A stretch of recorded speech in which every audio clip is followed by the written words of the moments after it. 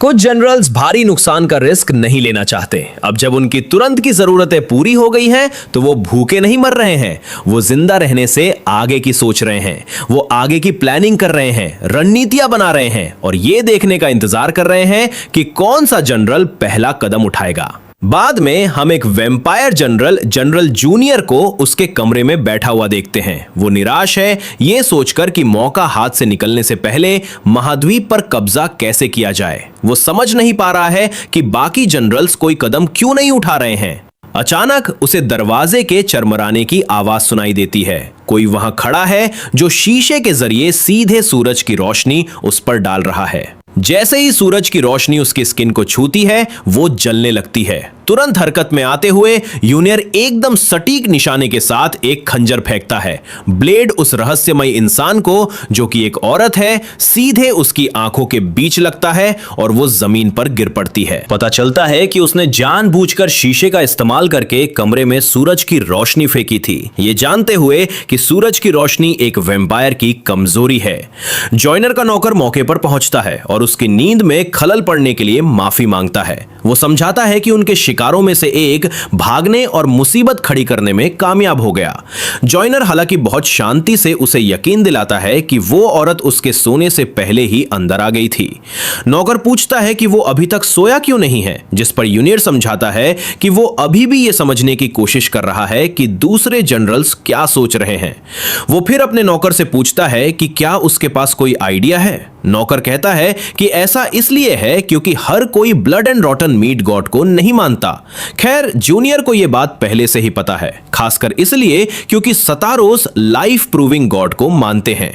नौकर आगे कहता है कि कुछ वेम्पायर्स भी हैं जो उसी भगवान को मानते हैं। इंजीनियर ये सुनकर शौक रह जाता है और सवाल करता है कि ऐसे जीवों का वजूद भी कैसे हो सकता है। वो उन भगवानों से नफरत करता है जिन्होंने उन्हें उनके हाल पर छोड़ दिया था। उसके लिए सिर्फ blood and rotten meat god ने ही उनकी परवाह की है। इसलिए उसे यह बात बहुत बेतुकी लगती है कि ऐसे वेम्पायर्स भी हैं जो उनके भगवान को नहीं मानते।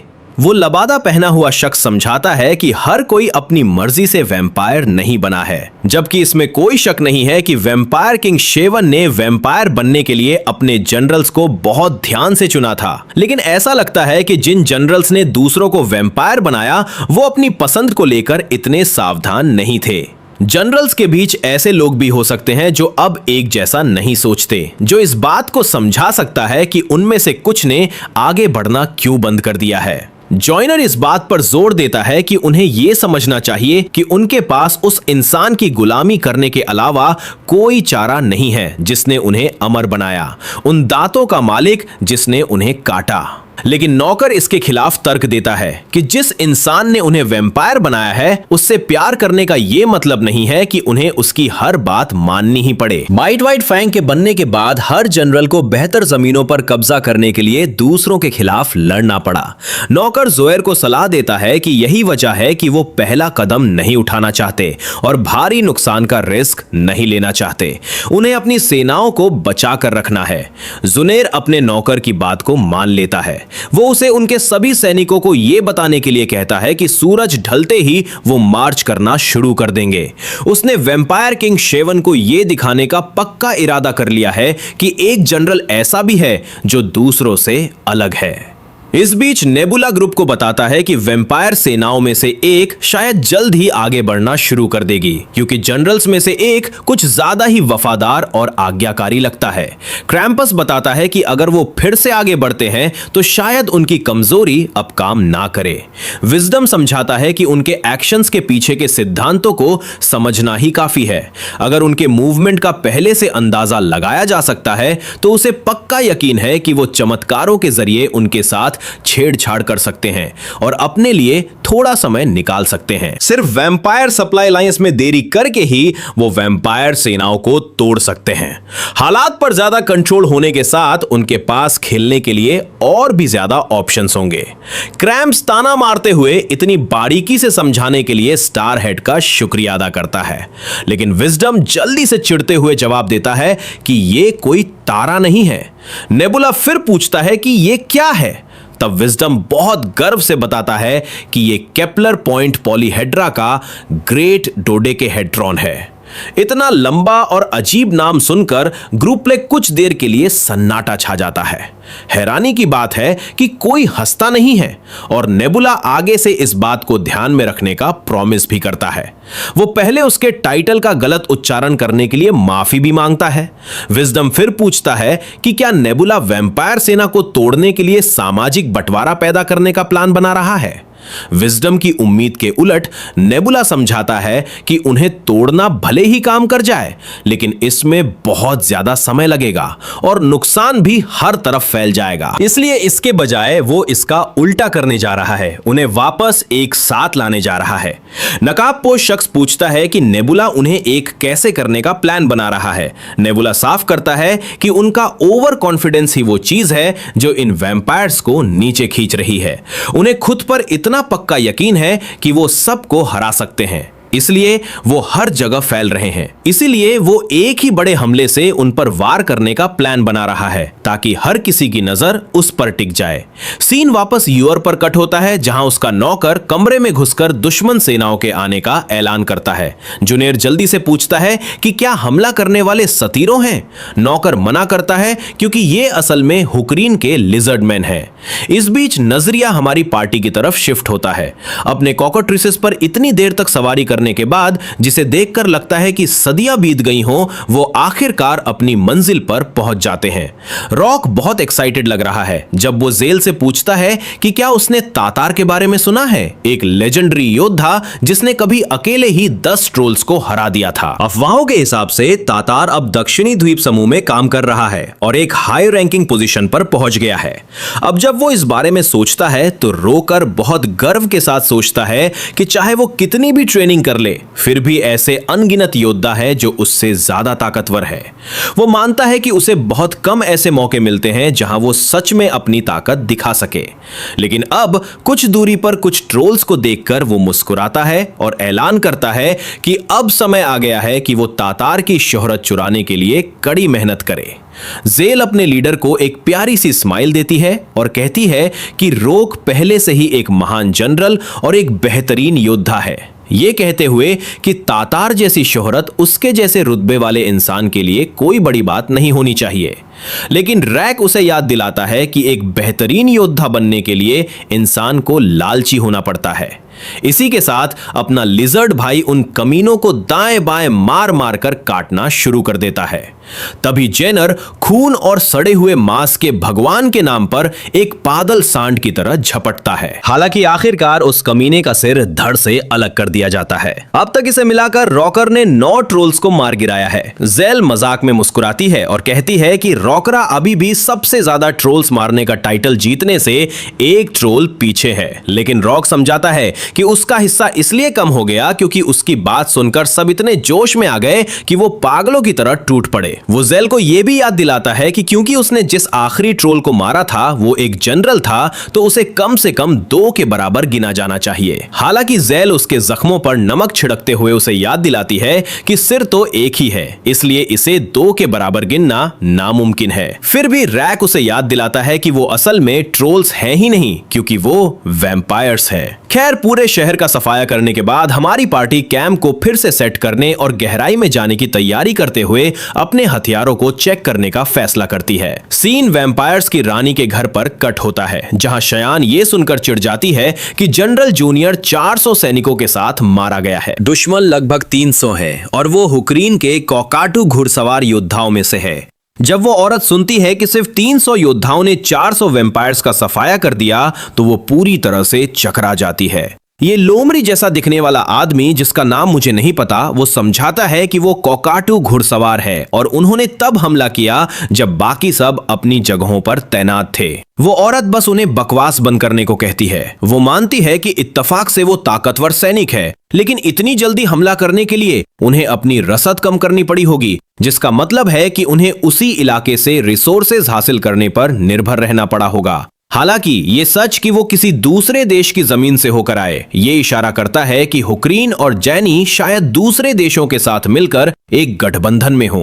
वो टेबल पर एक नक्शा फैलाकर बैठती है, ये सोचते हुए कि कैसे हुकरान के सैनिकों को सतारोस से रसद मिल रही है जबकि वो यहाँ बेक्का में उनके इलाके पर कब्जा कर रहे हैं। भले ही ये उनकी जमीन नहीं बनेगी, या कम से कम वो तो यही सोचती है। ज्यादातर वैम्पायर सैनिक अलग अलग टुकड़ियों में तैनात हैं, जिससे गांव की हिफाजत के लिए मुट्ठी भर लोग ही बचे हैं। आगे बढ़ते हुए दुश्मन को रोकने का कोई पक्का तरीका नहीं है। हालात को और बुरा बनाने के लिए बचे हुए 3 जनरल्स अभी भी आगे बढ़ने से हिचकिचा रहे हैं। इससे उसके पास सिर्फ 2 ही रास्ते बचते हैं, या तो 300 लिजर्डमैन को रोकने के लिए यूअर के बचे हुए 600 बिखरे हुए सैनिकों को भेजे, या फिर हुक्रीन के मुख्य इलाके पर हमला करने के लिए अपने मौजूदा 3600 सैनिकों की पूरी सेना को उतार दे। पहला ऑप्शन पूरी तरह से नुकसान का सौदा नहीं है, क्योंकि खून और सड़े हुए मांस का भगवान उनका साथ देगा। हालांकि दुश्मन की घुड़सवार सेना सीधी टक्कर से बच सकती है और इलाके पर हमला करना जारी रख सकती है। दूसरी तरफ हुक्रीन पर हमला करना एक खतरनाक जुआ है। यहां के हालातों को ठीक से संभाले बिना सेना को कहीं और ले जाना तबाही ला सकता है। वो खुद कोई फैसला लेने में संघर्ष कर रही है। उसे पक्का नहीं पता कि सबसे सही कदम क्या होगा। ठीक तभी उसकी नजर बाहर चांद पर पड़ती है। उसकी आंखें फटी की फटी रह जाती है जब वो नोटिस करती है कि चांद लाल हो गया है। तुरंत हरकत में आते हुए वो अपने नौकर को सभी जनरल्स और सैनिकों को इकट्ठा करने का ऑर्डर देती है, क्योंकि वो पूरब की तरफ मार्च करना चाहती है और पूरी सेना हुक्रीन की जमीन पर हमला करेगी। हम वापस प्लेयर्स पर आते हैं, जहां विजडम दुश्मनों को एक करने में नेबुला की चालाकी की तारीफ करता है। वो उससे पूछता है कि क्या वो पिंसर अटैक करने का प्लान बना रहे हैं। नेबुला जवाब देता है कि यह अच्छा रहेगा, लेकिन वो सवाल करता है कि क्या यहां किसी के पास ऐसी चाल चलने के लिए काफी सेना भी है। वो उन्हें याद दिलाता है कि कैसे एआर की निक्सन सेना लगभग खत्म हो गई थी जब राजधानी पर कब्जा किया गया था, और रुंडा के लेनर्स भी बुरी हालत में हैं। हालांकि बाकी 3 गुट बेहतर हालत में हैं। नकाबपोश आदमी मानता है कि उसकी सेना अच्छी हालत में है और अपना साथ देने का ऑफर देता है। हालांकि नेबुला बताता है कि उसकी सेना सही समय पर पहुंचने के लिए बहुत दूर है।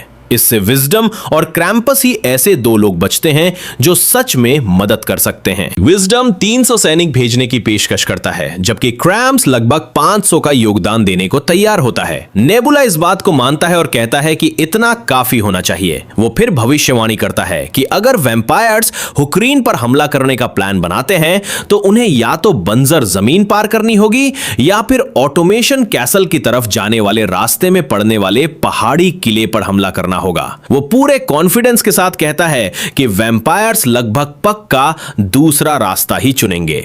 वैम्पायर्स के नजरिए से देखें तो बंजर जमीन में सूरज की रोशनी से बचना मुश्किल है, लेकिन पहाड़ी रास्ते छाया देते हैं, जिससे वो अपने खून की सप्लाई पूरी करने के लिए रास्ते में पड़ने वाले गांवों पर हमला कर सकते हैं।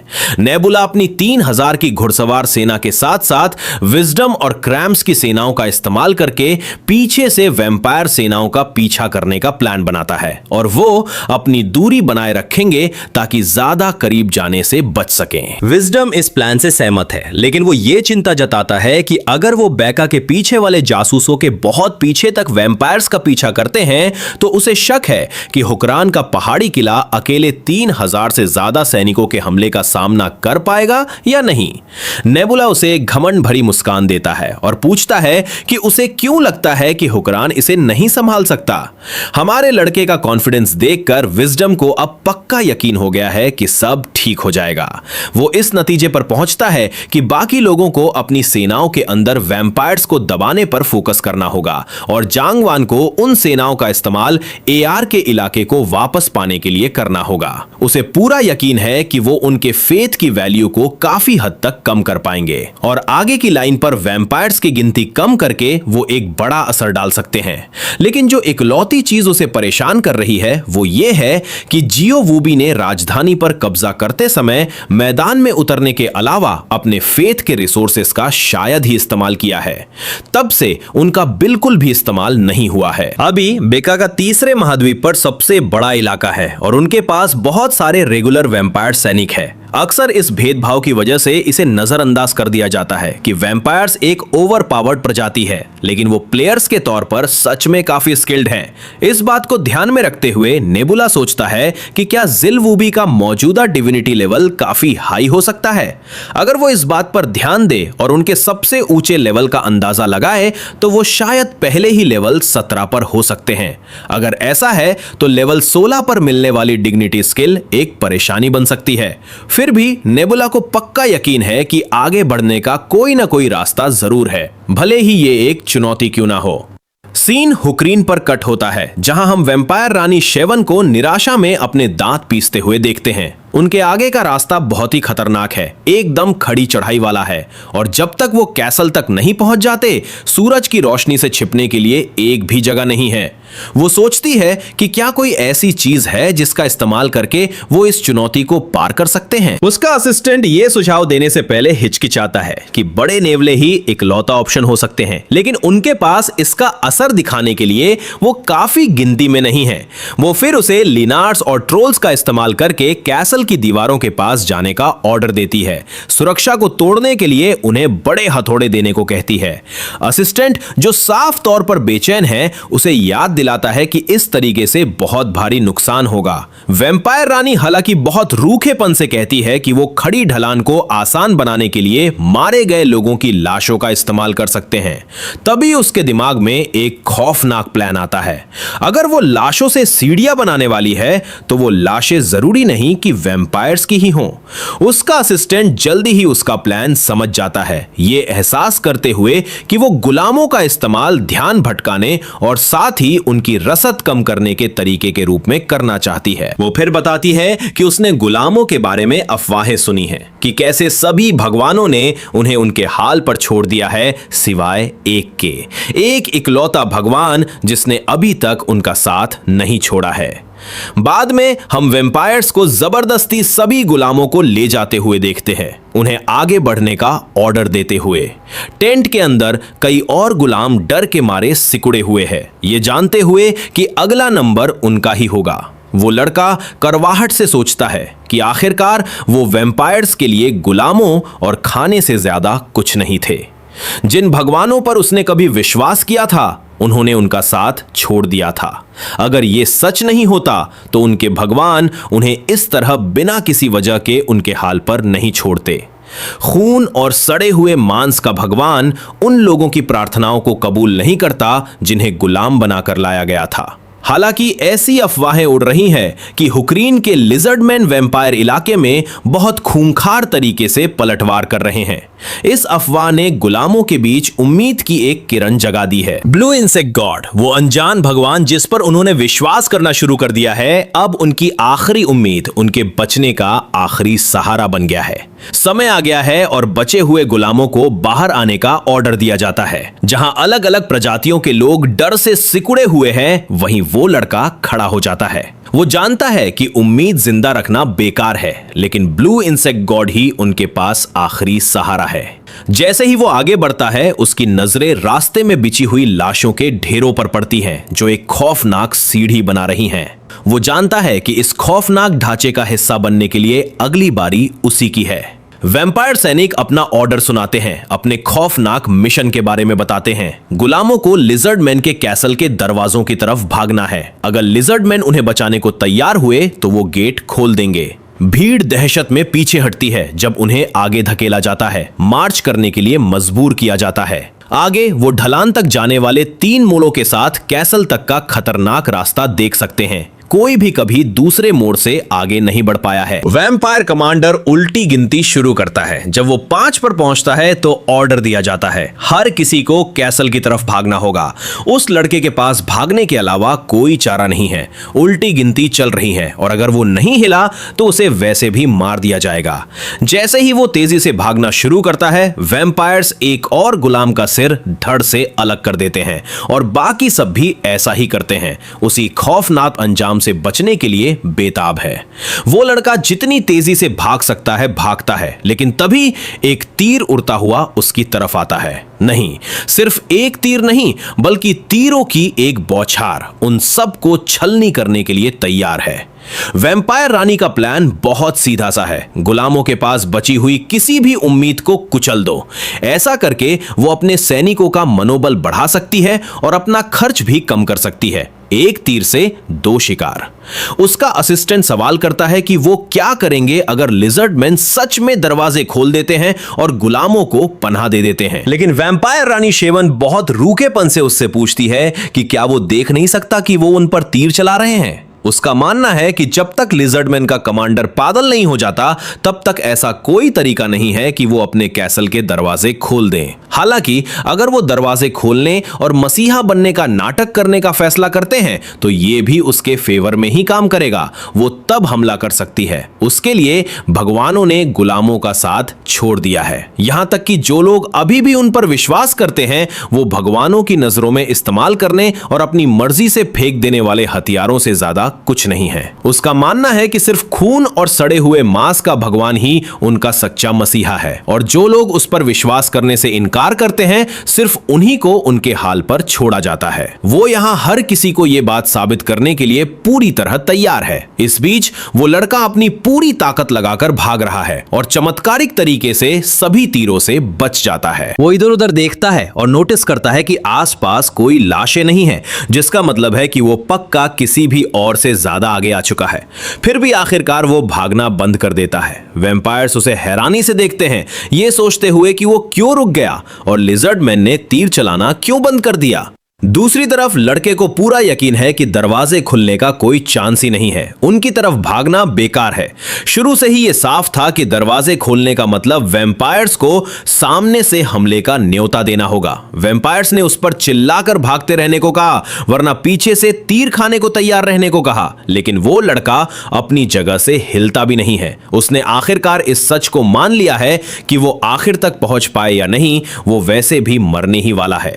उनके भगवानों ने उन्हें उनके हाल पर छोड़ दिया है, इसलिए उनके इस तरह भागते रहने का कोई मतलब नहीं है। उसकी आंखों से आंसू छलकने लगते हैं, जो दुख से भरे हैं, जब वो खुद से पूछता है कि वो आखिर ऐसी दुनिया में पैदा ही क्यों हुए जहां उनके भगवानों ने उन्हें लावारिस छोड़ दिया है। वो लड़का अपनी प्रार्थनाओं के जवाब के लिए बेताब है। तभी अचानक उसकी नजर वहां शान से आती हुई ब्लू बटरफ्लाइज पर पड़ती है। उनकी उस अलौकिक मौजूदगी को देखकर वो शौक रह जाता है। उसकी मुरादें सुन ली गई हैं। सामने का दरवाजा खुल जाता है। इस बीच लिजर्ड मैन के नजरिए से दीवार के ऊपर खड़ा शख्स ये देखकर हैरान है कि वैम्पायर्स उनकी तरफ और ज्यादा निहत्थे सैनिकों को भेज रहे हैं, और लिजर्ड मैन को उनके इरादों के बारे में पक्का नहीं पता। उनका कमांडर भी उतना ही कंफ्यूज है, लेकिन उसे शक है कि वैम्पायर्स इन गुलामों का इस्तेमाल पहाड़ी की ढलान को कम करने के लिए कर रहे हैं। तभी एक जानी पहचानी आवाज पूछती है कि क्या गुलामों का इस तरह इस्तेमाल करना सच में फायदेमंद है। कमांडर क्वेजल जवाब देता है कि वैम्पायर्स शायद अपनी एक्स्ट्रा रसद को फेंक कर चीजों को जल्दी खत्म करने की कोशिश कर रहे हैं। बेसिकली वो चीजें फेंक रहे हैं जिनकी उन्हें अब जरूरत नहीं है।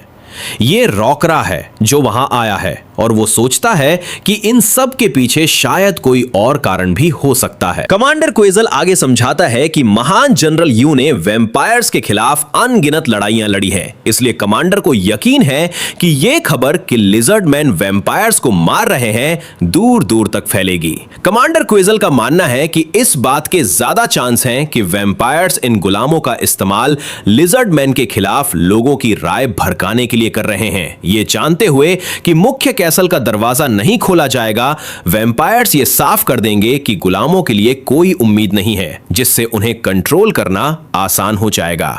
वो इस बात से काफी इंप्रेस हैं कि वैम्पायर कमांडर उनकी शुरुआती उम्मीदों से कहीं ज्यादा रणनीतिक और समझदार है। लेकिन रैक कहता है कि उसके पास एक और प्लान है, और वो सैनिकों को उसके इशारे पर दरवाजा खोलने का ऑर्डर देता है। कमांडर ये सुनकर हैरान रह जाता है और अपने लीडर से पूछता है कि क्या वो सच में में गुलामों को बचाने का इरादा रखता है। वो चेतावनी देता है कि वो लोग गुलाम नहीं बल्कि वो हथियार हो सकते हैं जिन्हें वैम्पायर्स ने छिपा कर रखा है। रैक साफ करता है कि इसीलिए वो सावधानी बरत रहे हैं और जरूरत पड़ने पर उन्हें 2 बार गोली मारेंगे। कमांडर तर्क देता है कि अगर वो दरवाजे खोल भी देते हैं तो भी वो कुछ दर्जन से ज्यादा लोगों को नहीं बचा पाएंगे, इसलिए इतना बड़ा रिस्क लेना बेकार है। रैक बस अपने दोस्त को एक चालाक मुस्कान देता है और पूछता है कि क्या वो अपने लीडर के फैसले का विरोध करने की कोशिश कर रहा है। हालांकि रैक को इस बात में कोई शक नहीं है कि क्वेजल एक काबिल कमांडर है। उसे यह भी याद है कि क्वेजल हमेशा उससे गेम्स में हार जाता है।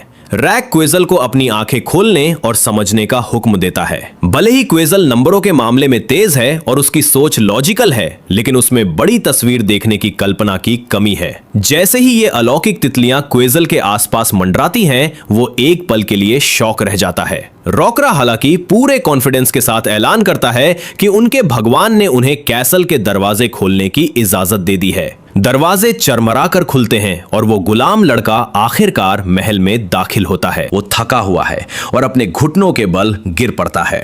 इस बीच रॉकरा मुख्य दरवाजे पर खड़ा है और सबको वैम्पायर्स के खिलाफ चांदी का इस्तेमाल करने के लिए चिल्लाता है। वो उन्हें सावधान रहने और वैम्पायर्स को पीछे धकेलते हुए घायल गुलामों को बचाने की चेतावनी देता है। दीवार पर खड़े सैनिक रिपोर्ट देते हैं कि वैम्पायर्स की घुड़सवार सेना पास आ रही है। दरवाजा खुलते ही वो गुलामों के बीच तेजी से आगे बढ़ने लगे। जब गुलाम अंदर आते हैं, लिजर्ड मैन दरवाजे पर पहरा देते हैं और हर एक इंसान की चेकिंग करते हैं ताकि ये पक्का हो सके कि वो दुश्मन तो नहीं है। रैक फिर आखिरी गुलाम को पकड़ता है और उसे दरवाजे की तरफ धकेलता है। जैसे ही एक वैम्पायर रैक पर झपटता है, वो अपनी बिजली का इस्तेमाल करके एक जोरदार झटका देकर जवाब देता है। नीचे गिरती हुई बिजली इतनी तेज है कि ये मीलों दूर से दिखाई देती है और वैम्पायर रानी का ध्यान भी खींच लेती है। उसका असिस्टेंट उससे माफी मांगता है, ये कहते हुए कि उन्हें उम्मीद नहीं थी कि दुश्मन अपने दरवाजे खोल देंगे। लॉर्ड शेवन हालांकि दावा करती है कि उसने भी इसकी उम्मीद नहीं की थी, लेकिन अब प्लान के मुताबिक आगे बढ़ने और हमला शुरू करने के अलावा कोई चारा नहीं है। एक बार असिस्टेंट को ऑर्डर मिल जाने के बाद वो सैनिकों को इकट्ठा करने का फैसला करता है। इस बीच शयान अपनी वैम्पायर सेना के एक फायदे के बारे में सोचती है जो अलग अलग प्रजातियों से मिलकर बनी है। लेनार्स तेज हैं और ज्यादातर हथियारों के साथ माहिर है, जबकि कोबाल्स छोटे और फुर्तीले हैं, जिससे उनके लिए तीरों से बचना आसान हो जाता है। ट्रोल्स इतने मजबूत हैं कि वो कुछ हमलों को सह सकते हैं और निक्सन और सतारोस सॉलिड ऑलराउंडर्स है जो उसकी सेना का कोर बनाते हैं। हर प्रजाति की ताकतों का पूरा फायदा उठा पाना ही उसका जीत का प्लान है। इसके अलावा उनके पास वैम्पायर होने की ताकत भी है। तीसरी पीढ़ी की खासियत के साथ निक्सन का कप्तान इतना ताकतवर है कि वो कुछ ट्रोल्स की ताकत का भी मुकाबला कर सकता है। आगे मौजूद पहाड़ी कैसल जैसा एक कैसल लगभग 2000 सैनिकों को रोक सकता है और वो पहले भी इतने ही सैनिकों के साथ लड़ाइयां जीत चुकी है, लेकिन इस बार उसके पास 3400 सैनिक है, इसलिए उसके दिमाग में कोई शक नहीं है कि वो जीतेगी। उसके हारने का कोई चांस ही नहीं है। इस बीच अपना लड़का उसे स्क्रीन पर लाइव देख रहा है और वो उसे गलत साबित करने के लिए पूरी तरह तैयार है। उसने पहले ही अंदाजा लगा लिया था कि शेवन को पहाड़ी कैसल पर कब्जा करने का कोई आइडिया नहीं है और अब उसका शक सही साबित हो गया है। उसे इतनी ही उम्मीद थी क्योंकि इस पीढ़ी में एक भी ऐसा कमांडर नहीं है जिसके पास पहाड़ी कैसल को जीतने का एक्सपीरियंस हो। उनमें से ज्यादातर को लगता होगा कि यह किसी भी दूसरे कैसल पर हमला करने जैसा ही है। सिर्फ रॉकरैक और जोल, जिन्होंने ये रणनीतियां बनाई हैं और सिमुलेशन में ट्रेनिंग ली है, वो ही सच में समझेंगे कि इस पर कैसे हमला करना है। आप देखिए, एक नॉर्मल कैसल और एक पहाड़ी कैसल दो बिल्कुल अलग चुनौतियां हैं। भले ही वैम्पायर्स माहिर तीरंदाज हों, उनका कोई भी धनुष रैक के लिजर्डमैन तीरंदाजों की एक्यूरेसी या ताकत का मुकाबला नहीं कर सकता। इसके अलावा उसके तीरंदाजों को ऊंची जगह से नीचे जमीन पर निशाना लगाने का फायदा मिलता है और अगर वैम्पायर्स किसी तरह कैसल की दीवारों पर चढ़ने और पहुंचने में कामयाब भी हो जाते हैं तो लिजर्ड मैन उनसे निपटने के लिए पहले से तैयार हैं। बड़े बड़े पत्थर नीचे फेंके जाने के लिए तैयार हैं, जो किसी भी घुसपैठिए को वापस वहीं गिरा देंगे जहां से वो आए थे। इसके बाद सबसे मजबूत दूसरी और तीसरी पीढ़ी के वैम्पायर्स का जत्था आता है। ये एलीट योद्धा कमाल के स्टेट्स का घमंड करते हैं, लेकिन वो भी रैक के दैवीय बिजली के हमलों के सामने कुछ नहीं है। उसकी बिजली का एक ही वार पूरे ग्रुप का सफाया करने के लिए काफी है।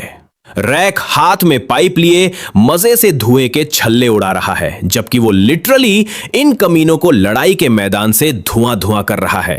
कुछ ही पलों बाद पहाड़ी कैसल का आगे का हिस्सा उन वैम्पायर्स की लाशों से पट जाता है जिन्होंने बेवकूफी में यह मान लिया था कि इतनी सुरक्षित जगह पर हमला करना एक समझदारी भरा फैसला था। असिस्टेंट लॉर्ड शेवन को यह बुरी खबर देता है कि उन्होंने इस आखिरी हमले में 600 योद्धा खो दिए हैं। शयान साफ तौर पर चिड़ी हुई है। वो इस पर सोचने की जहमत नहीं उठाती और तुरंत एक और हमले की तैयारी का ऑर्डर देती है। वो ऐलान करती है कि उसे किसी भी कीमत पर कैसल पर कब्जा करना ही होगा। शयान बहुत ही लाचारी से खून और सड़े हुए मांस के भगवान से उसे ताकत देने की भीख मांगती है। इस बीच पहाड़ी कैसल से तीरों की बारिश जारी है, जबकि हर कोई भागने की कोशिश कर रहा है। हाई टियर वैम्पायर्स में से एक जल्दी से एक भागने की कोशिश कर रहे कायर को काट डालता है और वो दूसरों को हार न मानने के लिए चिल्लाता है, ये दावा करते हुए कि वो अभी भी पहाड़ी कैसल को जीत सकते हैं। नेबुला किनारे से देखता है, मन ही मन सोचता है कि ये बेवकूफ सीधे अपनी मौत की तरफ बढ़ रहे हैं।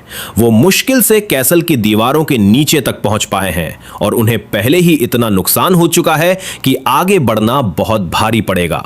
लाशें ऊंची ऊंची जमा हो रही हैं, जिससे उन्हें एक हल्की सी ढलान मिल रही है, लेकिन अगर वो अभी पीछे हटते हैं तो उन्हें फिर से शुरू से शुरुआत करनी होगी। अगर शेवन सच में एक अच्छी कमांडर होती तो वो समझ जाती कि इस तरह का छोटा हमला नामुमकिन है, उसे पीछे हट जाना चाहिए। लेकिन नेबुला को यकीन है कि उसका अंधापन उसे हकीकत देखने नहीं दे रहा है। अभी के लिए जिल वू भी इस लड़ाई में उसकी कोई मदद नहीं कर रहा है और नेबुला सोचता है कि क्यों। उसे शक है कि गिल वू भी दूर से लड़ाई देख रहा होगा, लेकिन अगर ऐसा है तो लगता है कि उसने अभी तक नीचे के पूरे हालात को समझा नहीं है। शयान हर गुजरते सेकंड के साथ और ज्यादा लाचार होती जा रही है। अगर वो इस तरह से हमला करना जारी रखते हैं तो वो बस और सैनिक खोती जाएगी। तभी उसका एक सैनिक एक बहुत जरूरी खबर लेकर अंदर आता है। वो उसे बताता है कि पीछे से लगभग आधे दिन से एक दिन की दूरी पर ट्रोल्स, सैटियोज और लिजर्डमैन योद्धा एक साथ मिल गए हैं और उसकी सेना की तरफ बढ़ रहे हैं। यह खुलासा शयान को शॉक कर देता है और एक पल के लिए वो पीछे हटने के बारे में भी सोचती है, लेकिन फिर उसे एहसास होता है कि अब इसके लिए बहुत देर हो चुकी है। वो पहले ही बहुत सारे सैनिक खो चुकी है और अगर उसके सैनिक पीछे हटते समय बीच में फंस गए तो दुश्मन के हमले को रोकना नामुमकिन हो जाएगा। अच्छा होगा कि जितनी जल्दी हो सके पहाड़ी कैसल पर कब्जा कर लिया जाए और उसमें घुस जाया जाए। ठीक तभी शेवन की नाक से खून टपकने लगता है। वो कंफ्यूज है क्योंकि वैम्पायर बनने के बाद से उसका खून कभी नहीं बहा था। इससे पहले कि वो इस बात को समझ पाती, एक और सैनिक अंदर भागता हुआ आता है और भी ज्यादा परेशान करने वाली खबर लेकर, जो ये है कि गुलामों ने बगावत कर दी है।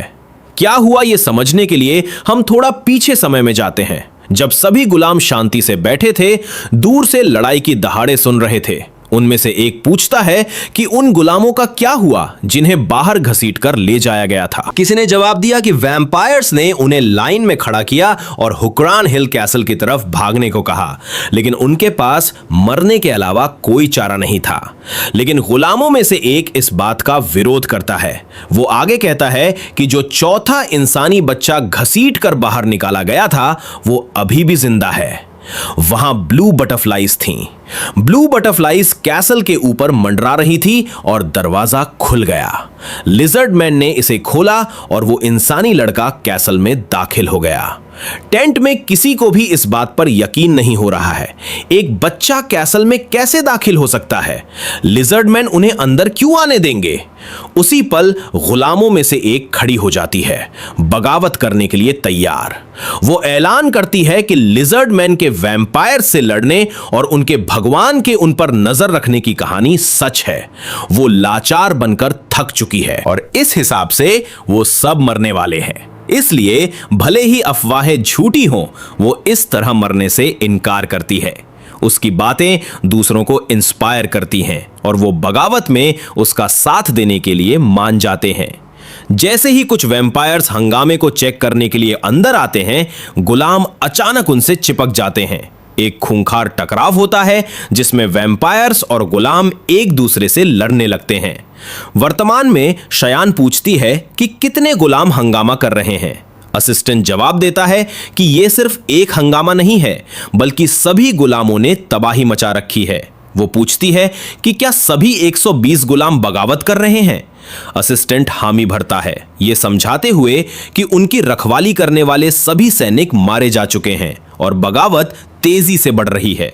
वो आगे कहता है कि वो अपनी पूरी कोशिश कर रहे हैं, लेकिन गुलामों को रोकने के लिए काफी सैनिक नहीं हैं। चिढ़ते हुए शयान चिल्लाती है, ये पूछते हुए कि वो निहत्थे गुलामों के एक झुंड को रोकने में कैसे फेल हो सकते हैं।